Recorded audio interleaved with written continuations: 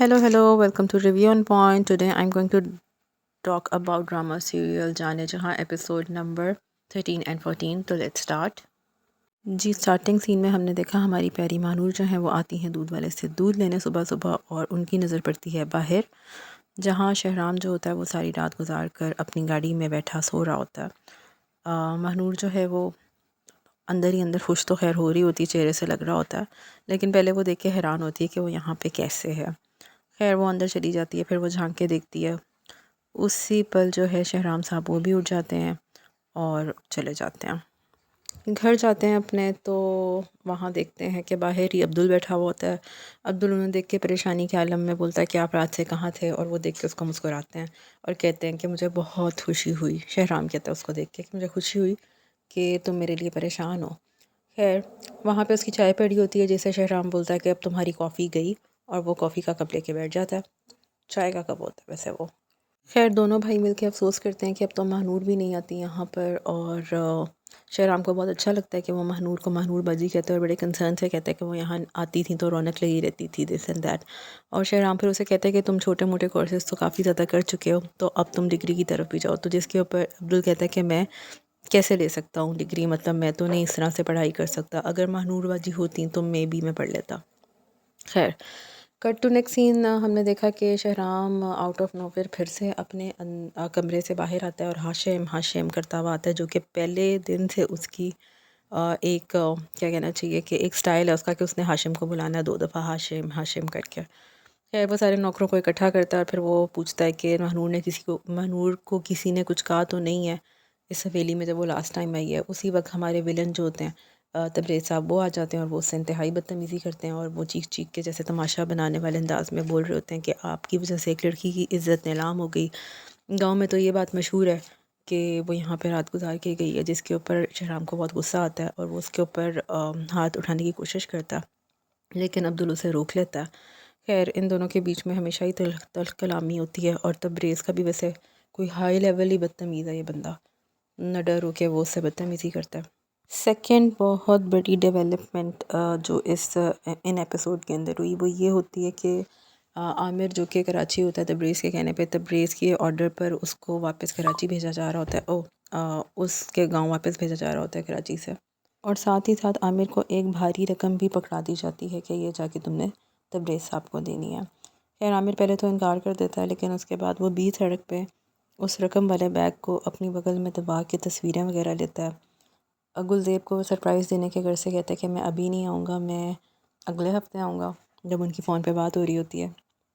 खुशी खुशी बेचारा वापस आने की तैयारी कर रहा होता है कि गुलज़ेब को जाके सरप्राइज़ भी दूंगा और उसके हाथ का दाल का हलवा भी खाऊंगा, उसके लिए शॉपिंग भी कर रहा होता है। मीनवाइल ये होता है कि 2 लोग आते हैं और फिर उसको शूट करके चले जाते हैं। पैसे वो अपने पास रख लेते हैं, उसको शूट करते हैं, सीधा अटैक उसके हार्ट के ऊपर वो गोली मारते हैं, वो ऑन द स्पॉट ही मर जाता है। वहाँ पे जब गुलज़ेब को ये ख़बर मिलती है, पहले उसके भाई और उसकी अम्मी आती हैं उसके घर, उसको वो बताने की कोशिश करते हैं कि आमिर मर गया, और फिर गुलज़ेब जिस तरह की एक्टिंग करती है कि उसे यकीन नहीं आ रहा। फिर साथ ही फैक्ट्री के कुछ लोग आ जाते हैं। उसके बाद फिर एंड में तबरेज़ आ जाता है, और जब वो तबरेज़ को देखती है तो फिर वो उसके ऊपर चीखती है, उसका गिरबान पकड़ती है कि आप ही ने भेजा था ना आमिर को, आमिर कहाँ है, मतलब वो आमिर का उससे पूछती है। By the end of this episode यहाँ पे हमें ये भी नज़र आ गया है कि वो उसके घर जाता है और उसको पैसे देने की कोशिश करता है, आमिर की तनख्वाह भी और कुछ इजाफ़ी पैसे भी, जिसके ऊपर वो इजाफ़ी पैसे रखने से तो इनकार कर देती है और कहती है अभी तक उसने कहा यही है कि मतलब आपको फ़िक्र करने की ज़रूरत नहीं है, और आमिर की तनख्वाह हाँ वो रख लेती है। ये भी पता चल गया है कि तबरेज़ के कहने पे ही आमिर को मारा गया होता है। लेट्स सी कि अब आगे तबरेज़ का गुलज़ेब की ज़िंदगी में क्या सीन बनता है। बाकी सब ठीक, तो बाकी सब चीज़ें तो ठीक हैं, बट ये सब बात समझ में नहीं आई कि फ़ैक्ट्री में और औरतें भी काम कर रही हैं, लेकिन जो गुलज़ेब है वो बिल्कुल फैक्ट्री वर्कर तो लगती ही नहीं है। जितना उसका मस्कारा लगा हुआ होता है, जिस किस्म का मेकअप लगा होता है, ब्यूटीफुल होना प्रिटी होना एक अलग बात है, लेकिन जिस गेटअप में वो वहाँ पे जाती है तो ये मुझे थोड़ा सा फ्लॉ लगता है। उससे ज़्यादा सिंपल तो हमारी महानूर है जो कि मेन लीड है। Coming back to Mahanoor, Mahanoor को सारा दिन गुजार कर याद आता है कि वो अपनी बहन से इस बात को शेयर करे कि शहराम जो था वो सारी रात इधर ही था उनके घर के बाहर, और सुबह तक वो यहाँ वेट कर रहा था, जिसके ऊपर जो छोटी बहन है जिन्हें ज़्यादा ही जल्दी है कि इनकी लव स्टोरी स्टार्ट हो जाए महानूर और शहराम की, तो वो खुश हो रही होती है दिली दिल में कि आप ही वैसे आपने कभी ऐसा सोचा था कि कोई शख्स ऐसा भी आपकी ज़िंदगी में आएगा जो आपसे इतनी मोहब्बत करेगा। खैर महानूर जो होती है वो उसको शटअप कॉल तो दे देती है, लेकिन फ़ायदा कोई नहीं होता क्योंकि वो अपनी ही एक दुनिया में। अच्छा, महानूर और शहराम से पहले सबसे पहले इस छोटी बहन को वैसे पता चला था कि इन दोनों के दिल में एक दूसरे के लिए कुछ है। अब बात कर लेते हैं किश्वर की। किश्वर का थोड़ा बहुत तो हमें यह आइडिया हुआ कि अब्दुल जो है किश्वर का थर्ड बेटा, वो इतना कोई खुश नहीं है अपनी माँ से। वैसे तो तबरेज़ भी नहीं है, लेकिन चूँकि ये सारा टाइम शहराम के ही आगे पीछे घूमते हुए और उसकी लिए स्कीमिंग करते हुए गुजार देती है, तो उसके जो अपने सगे बच्चे होते हैं वो थोड़े निगलेक्ट होते हैं, और इसी वजह से जो अब्दुल है वो भी अब उससे सही तरह से बात नहीं करता। खैर दिमाग में उसके कुछ और ही चल रहा है। वो यही सोच रही होती है कि अगर हमने तबरेज़ को सोचती है कि अगर मैंने तबरेज़ को शहराम के अगेंस्ट आके खड़ा करना है तो तबरेज़ को मजबूत बनना पड़ेगा, जिसकी बिना पर वो ये प्लान करती है कि जो वो MNA साहब होते हैं उनकी बेटी जो आलिया होती है उनसे रिश्ता लेने चली जाती है वो तबरेज़ के लिए, जो कि मौके पर ही इनकार कर देते हैं। और इंतहाई इंसल्ट उसको फ़ील होती है ईश्वर को, क्योंकि वो तो शहराम को एक्सपेक्ट कर रहे होते हैं कि शायद वो शहराम के लिए रिश्ता लेने आई है, बट वो अनफॉर्चुनेटली मना कर देते हैं तबरेज़ के लिए। बाय द वे, जब ये सारा सीन होता है जहाँ पर किश्वर जो है वो रिश्ता लेकर आती हैं, वहाँ पर जो आलिया होती है वो बहुत ज़्यादा खुश दिखाई दे रही होती हैं और थ्रू आउट वहाँ पे ही बैठी होती हैं। लेकिन जैसे ही उन्हें ये बात पता चलती है कि शहराम का नहीं तबरेज़ का रिश्ता आया, तो वो वहाँ से उठकर एकदम चली जाती है, जैसे उनको ये चीज़ अच्छी नहीं लगी।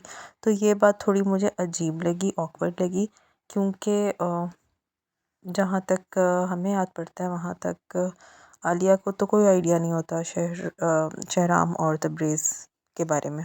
एनीवे, जब तबरेज़ घर आता है तो अब्दुल उसको पूछता है कि आप कहाँ बिज़ी थे। वो बताता है कि आमिर था हमारा एक एम्प्लॉय, वो मर गया है और मैं सुबह से वहाँ पर था। और इसी खबर पे यही बात सुनकर फिर अब्दुल उसको ये खबर देता है कि आप सारा दिन घर पे नहीं थे और पीछे से आपका रिश्ता भी लेने चली गई अम्मी, और बस मुझे इतना ही पता है। जब वो अपनी माँ को जाके पूछता है ये सारा कुछ, तो फिर उसकी माँ कहती है कि हाँ, तुमने कौन सा इनकार करना था, क्या तुम्हें कोई और पसंद है। तो उस वक्त जो तबरेज़ की खामोशी और एक्सप्रेशन होते हैं, तो उससे ऐसा लगता है कि जैसे वाकई ही वो गुलजेब से शादी करना चाहता है।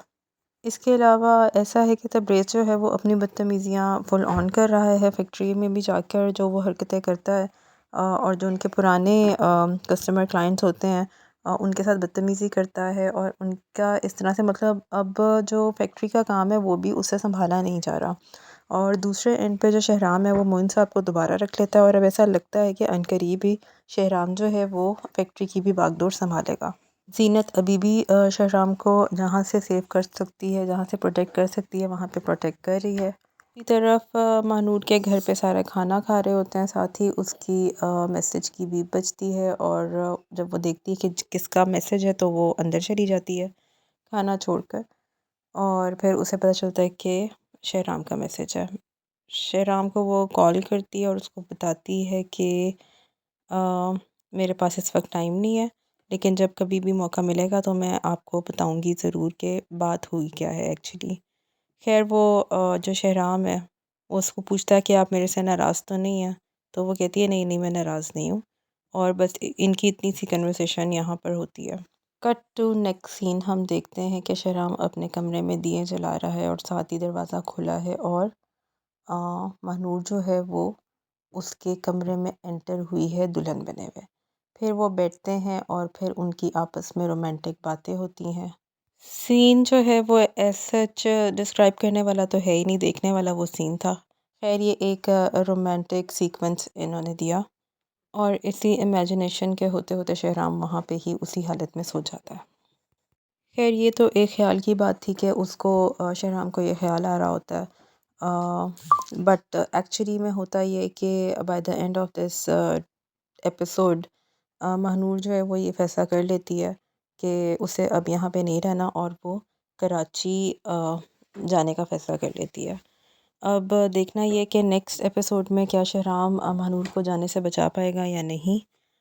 Let's see. दूसरी एक और चीज़ मुझे समझ नहीं आई कि जब वो माँ से भी बात करता है तो वो शहराम यही कहता है कि आप मेरे से नाराज़ तो नहीं हैं। फिर वो जिससे भी बात करता है वो यही कहता है कि आप मेरे से नाराज़ तो नहीं हैं, तो इस आदमी को कौन सा ऐसा ट्रॉमा है उसकी लाइफ का जिसमें उसको हर वक्त ये इनसिक्योरिटी पड़ी रहती है कि उससे कोई नाराज़ तो नहीं है।